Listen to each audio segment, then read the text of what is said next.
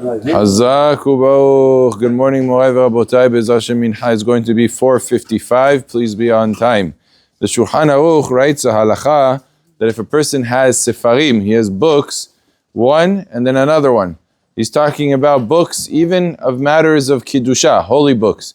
You have sefarim lined up and there's a space in the middle and you want to put a sefer on top of both in order so that it's raised.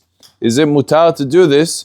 Or is there potentially a problem, really two issues at hand? One of them is the topic that we're discussing, asiyat ohel, because in a certain sense you have now two walls.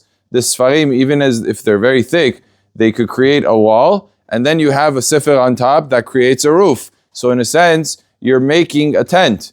Is that something that's problematic? The Shulchan Aruch says it's fine. He says it's allowed in terms of making a tent, because you're not interested in what's underneath, in the airspace of the ohel, but you're interested in learning from the sefarim. So in terms of asiyat ohel, the Shulchan Aruch says this is permitted to be done on Shabbat because you're not using what's under the sefer. However, what is a different question is this honorable for the sefarim?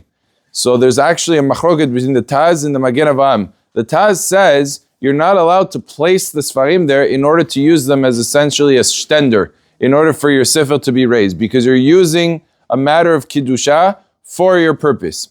Now the Magen Avraham disagrees, and he says, whoa, you're not really using it for your purpose. You're using it to learn from a second sefer, which is a mitzvah. So therefore, there's no bizayon, there's no disrespect to the bottom sefer if I'm using that in order to raise up the top sefer. So according to the Magen Avraham, you're allowed to take a sefer, put it underneath, and you're allowed to take another sefer and put it on top, and the only reason you put the one underneath is to raise the sefer. So you're essentially using it in the function of a platform and not in the function of a sefer. Still, the Magen Avraham seems to say that it's allowed, and that is how the Mishnah Berurah rules, and that is how Chacham Ovadia also rules. So it is mutar to use a sefer for the sake of a mitzvah like this. Now, it is important that we can learn from here that when it comes to other things that a person who uses a sefer, that is already a different story. So if a person's using sfarim for purposes that aren't of that nature, that aren't of a mitzvah nature, for the sake of the learning,